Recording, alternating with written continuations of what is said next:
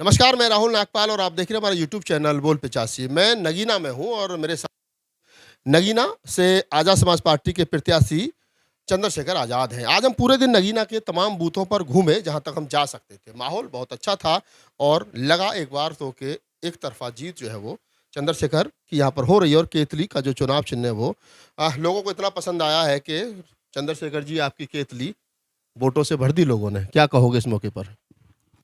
बात करूंगा नगीना की वाहन जनता का 89 का जो कर्ज है बहुजन मूवमेंट को खड़ी करने का, उस कर्ज को भी और आज के कर्ज को भी सोच समेत उतारने का नगीना की जनता के लिए काम करूंगा। मैं, क्योंकि मेरा कोई पॉलिटिकल बैकग्राउंड उस तरह से नहीं है, नया आदमी हूँ, तो गरीब को अगर कोई गरीब के घर कोई मजबूत आदमी आता, पैसे वाला ताकतवर आदमी, तो वो चद्दर नहीं बिछाता है अपने आप, चाहे वो अपना ओढ़ने का बिछा देता है। टूटे हुए बर्तन में खाए। उसको अच्छे चाहे मांग के बर्तन लेके आए, उसको उसमें रख खिलाता है। और अब ओढ़ने का नहीं, जो घर में रखा होता है देने लेने का, वो भी बिछा देता है। तो मैं तो राजनीति में नया व्यक्ति हूँ, मेरे लिए तो ये कर्म भूमि है, मातृभूमि है, मेरे लिए संघर्ष की भूमि है। मैं अब पूरी ज़िंदगी में कभी बिजनौर नहीं छोड़ूंगा, मैंने तय कर लिया। मेरा अब घर बिजनौर ही है, नगीना रोड। मुसलमानों के बारे में कहा जाता है कि पहले भाई फिर सपाई, लास्ट में कभी बस पाई। कैसे चैलेंज कर पाए मतलब अपने आप को कि उनका भाई बने आप? जाति के आधार पर वो भाई मानते हैं, लेकिन एक चंद्रशेखर भाई बने। मैंने तमाम मुस्लिम युवाओं से, बुजुर्गों से, महिलाओं से बात की। उनकी आंखों में आंसू थे और वो आपको लेकर के बड़ा जिस प्रकार से वो बात रख रहे थे। तो आपने कहा पहले भाई, तो भाई तो ये लोग जाति के आधार पे भाई सोचते हैं कि अपनी जाति का भाई, मुसलमान है तो भाई है। काम किया बहुत, सिर्फ एक जाति में नहीं, एक धर्म में, सब में किया है। हर आदमी जिसके लिए काम किया है, इतनी इज्जत कमाई है कि वो भाई मानता है। और अभी भी उस वादे से कह रहा हूँ, परिणाम चाहे कुछ भी हो, जबकि हम पूर्ण रूप से आश्वस्त हैं कि हम एक लंबी लीड से जीत रहे हैं, लेकिन अगर मेरे खून के कतरे की जरूरत पड़ेगी नगीना लोकसभा किसी भी आदमी को, वो भी वो नहीं जिसका बहुत लंबा कुर्ता है, वो जिसकी पैंट फटी हुई है, या जिसकी चप्पल घिसी हुई है, जिसका टूटा मकान है, उसके लिए भी अपने खून का कतरा कतरा भी लगा दूंगा, लेकिन किसी को कमजोर नहीं पड़ने दूंगा। आपके खिलाफ आकाश आनंद ने रैली की, मायावती जी ने रैली की, अखिलेश यादव ने रैली की, तमाम बड़े नेता नगीना पड़े रहे। ठीक है, उनकी अपनी इच्छा थी। चैलेंज तो रहा होगा कहीं ना कहीं। चैलेंज नहीं था, चैलेंज ये था कि जो वोट है उसको संभाल लिया जाए। वो संभाल लिया, काफ़ी हद तक संभाल लिया। खूब पैसा बांटा कल रात, आप हैरान रह जाओगे। ऐसा लग रहा है जैसे तीनों पार्टियां विपक्ष की मिलके लड़ रही है मुझसे। समाजवादी के लोगों को कोई नहीं रोक रहा था, वो रैली निकाल रहे थे कल रात में, जबकि प्रचार नहीं का वो नहीं था। बीएसपी के लोगों की गाड़ी कोई नहीं रोक रहा था, और मुझे जगह जगह पे रोका जा रहा था। मैं, हमारे जितने लोग आए थे बाहर से, सबको उठा के बंद कर दिया, उनकी गाड़ियां बंद कर दी। कई सारे लोग अभी बंद है। मैंने बहुत कुछ झेला। कल रात में ये होता था कि एक रात पहले हमें गांव में सिखाया गया कि भाई क़यामत की रात होती है, तो वोट बिक्री होगा, वोट खरीदा जाएगा, वोट जो है शराब बांटी जाएगी, पैसे बांटे जाएंगे। मगर आप विश्वास करो, एक चौक पे भी एक सिंगल पुलिस वाला नहीं था। जहाँ था तो वो भीम आर्मी आज़ाद समाज पार्टी का नौजवान जो अपने बूथ की रक्षा कर रहा था।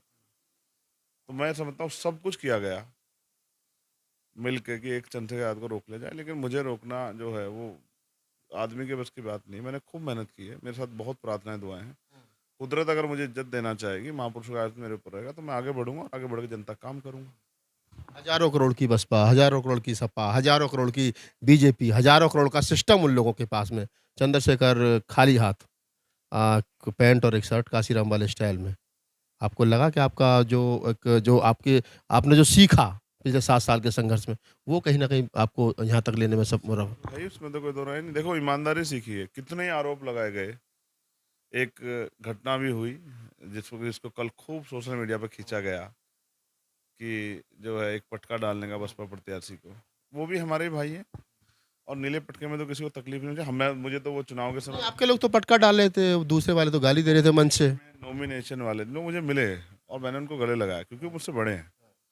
तो नीले पटके से किसी को परहेज नहीं होना चाहिए। और उन्होंने मुझे क्या क्या नहीं कहा। कोई साला कहता है, कोई गाली देता है, कोई कुछ कहता है, कोई अपमानित करता है, कोई मेरी बहन को गाली देता है, कोई माँ को गाली देता है, कोई पत्नी को गाली देता है, कोई बच्चे को गाली देता है। मैंने तो सबकी सुनी, क्योंकि मैंने तो अपना जीवन ही समाज के नाम समर्पित कर दिया। मेरी सबसे बड़ी कमजोरी है कि मैंने रानी के यहाँ जन्म नहीं लिया है। ना रानी के भाई के यहाँ, ना रानी के भाभी के यहाँ ना रानी के बहन के यहाँ। मैंने एक गरीब परिवार में प्राइमरी स्कूल के मास्टर के यहाँ जन्म लिया है। और मेरी माँ सामान्य माँ जैसी है, जो खेत से घास लाती थी, जिसने पाल पोस के दूध बेच बेच के हमें बड़ा किया है, जिसको मैंने सुबह 4 बजे उठते देखा, रात को मेरे जाने के बाद सोते हुए देखा, जिसने कभी कोई सुख सुविधा हासिल ही नहीं की। और मैं भी इतना आ, अच्छा बेटा नहीं बन पाया कि उसको कुछ सुख सुविधा दे पाता। जब मैं कमा के देने की उम्र आई तो मैं इस काम में लग गया। आप कह रहे हैं कि कमा के देने की उम्र आई या कुछ करने की स्थिति में आए तो फिर आंदोलन में आ गए। तो फिर भी एक माँ होती है और जैसे आपकी माँ अब आपके फादर नहीं है, बहुत ज़्यादा उम्मीद आप बड़े भी थे परिवार में, साथ दूसरे नंबर के हैं। तो फिर भी कहीं न कहीं आज तो कुछ ना कुछ माँ कहती होगी, डरती भी हो। तबीयत खराब थी उसकी। अब भरोसा करो, पिछले 1 महीने मैंने घर के बारे में भी नहीं पूछा, 1.25 महीने में घर में क्या चल रहा है। और तो और मैंने ये भी नहीं बताया कि वोट किसको देना है। तो मुझे समय नहीं लगा। मैंने इस लक्ष्य की तरफ सिर्फ मेरा जो वो था, नज़र थी, वो मछली की आँख पे थी, सिर्फ नगीना लोकसभा थी। मैंने और किसी के बारे में नहीं सोचा। और भरोसा करो, आज सुबह मेरी बात, उसकी तबीयत ख़राब थी, मुझे बड़ी तकलीफ़ हुई कि ऐसे समय में उसके पास नहीं था। मैं कोशिश करूँगा कि जल्दी एक बार उसके पास चला जाऊँ। मैं हमेशा उसके पैर छू के निकलता हूँ, लेकिन इस बार हालात ऐसे थे कि मैं जा ही नहीं पाया उसके पास। क्या आप पूरे दिन क्षेत्र में थे, आप वोटिंग कंप्लीट हो गई है और अब लगभग 7 घड़ी में बज रहे हैं, 6 बजे तक वोटिंग हुई है। कितने परसेंटेज का आपके पास कुछ है कि कितने परसेंट? पॉइंट कुछ 58.8 कुछ ऐसा अभी ऑफिशियल डाटा। बाकी जब अब आएगा ये 6 पौने 6 बजे तक का था। 1-2% बढ़ सकते, 1% करीब बढ़ सकता। 60 के आसपास तक जाए। हाँ, 59 आई थिंक, 59-60 बस, ये 58 से 60 के बीच में। बहुत गर्मी थी और पुलिस का रवैया बहुत अच्छा नहीं था। कई जगह पे पुलिस ने वोटर को बाधित करने का काम किया। कई जगह पे पुलिस ने भी फर्जी वोट डाले नेटोर में, लोगों से पर्चा छीन छीन के। मतलब एक समय मेरे याद है कि एक अधिकारी ने मुझे बताया 12 बजे कि भाई चंद्रशेखर, ऊपर से आदेश हुए हैं कि कुछ भी करो लेकिन इस आदमी को रोको। तो आदेश ये हुए हैं कि 2 बजे के बाद, जैसे जुमे की नमाज के बाद, मुस्लिम वोटर आएगा निकल के तो उसको वोट नहीं डालने देंगे।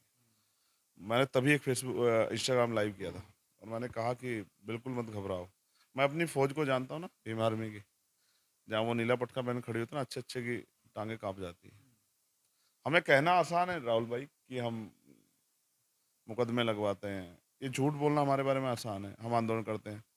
जिस देश में न्याय मांगने से ना मिलता, वहाँ मेरा आंदोलन के होगा क्या, आप मुझे बताओ। नहीं, आपको नहीं लगता जो लोग ये कहते हैं कि मुकदमे लगवा देंगे, नौकरी नहीं मिलेगी, उनको उनको शायद ये पता नहीं है कि 35 साल पहले मायावती जी भी नैनी जेल गई थी हथकड़ी लगा करके। हथकड़ी लगा और रासुका लगी उन पे।